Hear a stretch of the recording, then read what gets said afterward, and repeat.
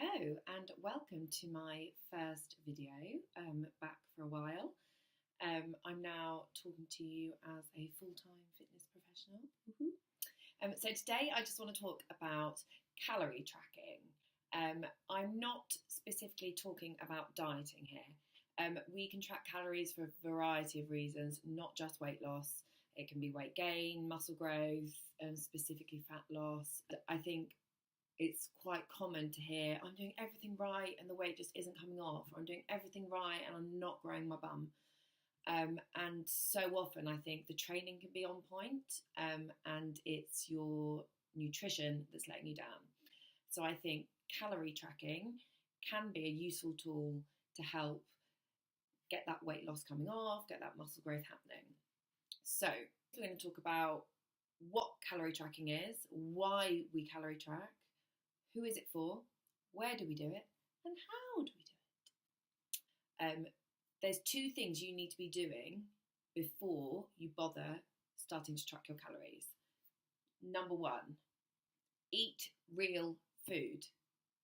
The second thing you need to do before you bother starting to track these calories, move more. If you are not moving and you're not active, you're not living a healthy lifestyle. It is possible to live a healthy lifestyle at a heavy weight or a low weight, but you need to be moving. So real food, move more. If you are doing both these things and want to learn a bit more about calorie tracking, listen on. When we're looking at losing weight, I sometimes think there's a lot of noise in the industry, a lot of which is fueled by companies who are selling products.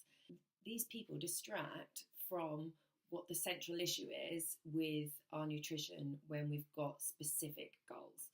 Number one, the most important thing if you are looking to put on weight or lose weight is your calories. We have to be in a calorie deficit if we want to lose weight. We have to be in a calorie surplus if we want to gain weight. So today I'm going to take you through a little bit of information about calorie tracking, where some of the pitfalls are, and what we can do to kind of enhance your journey to your specific goals. What is calorie tracking? Calorie tracking is making a note of the calories that you are eating every day. So what you do is you set a calorie kind of goal for the day, and you basically track what you eat and you make sure that you reach that goal. You don't go too far over or too far under it. Why would we do calorie tracking? So it's quite easy to overeat, even if you think you're staying in a little kind of calorie range, and unless you're really tracking, so weighing your food, then you really don't know what calories you're consuming.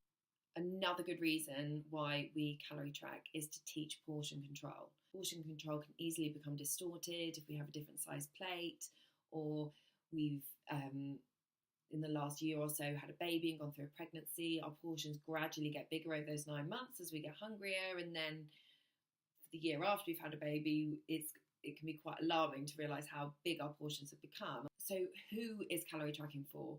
As I've mentioned before, if you are eating real food already and you're moving more, calorie tracking can be a useful tool to help you reach your specific goals. I do not advocate doing this every single day of your life. It would be unbearable. But I think it's a very good exercise to go through if you're kind of a beginner, and just give you a bit of an understanding of what is in each of your foods that you're eating.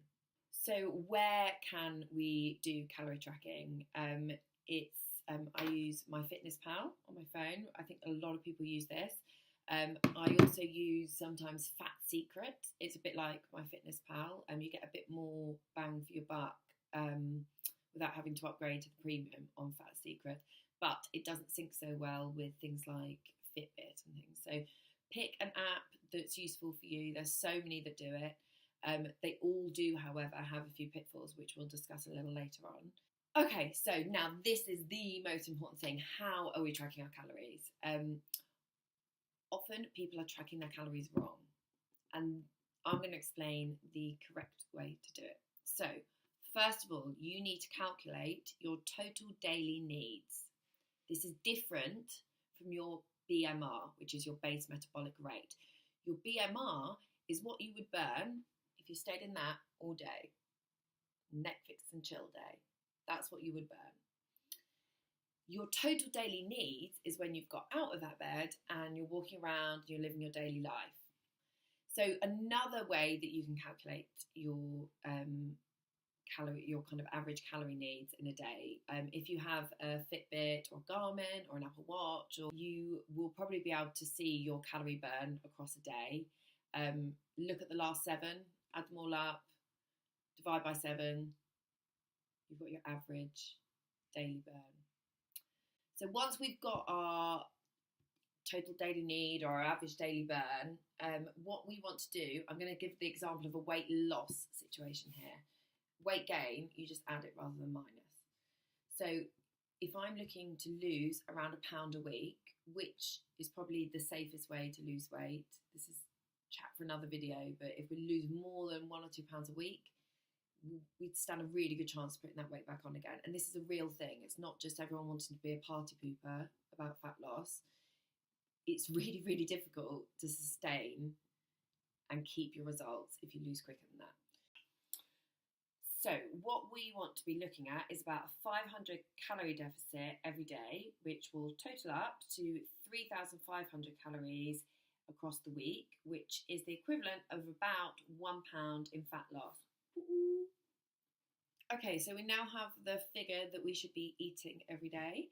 So now how do we track that? No good guessing, because you just won't guess right. You need a pair of electronic scales in your kitchen.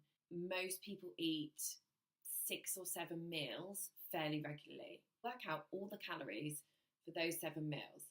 Think about everything that goes in that dish, how many portions it is, add all the total calories up, divide it by the portions.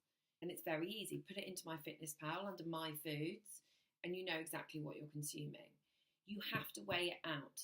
If you don't weigh it out, you are not guessing correctly. You can go wildly over with your calorie estimate or wildly under, and that will be what inhibits you reaching your goals.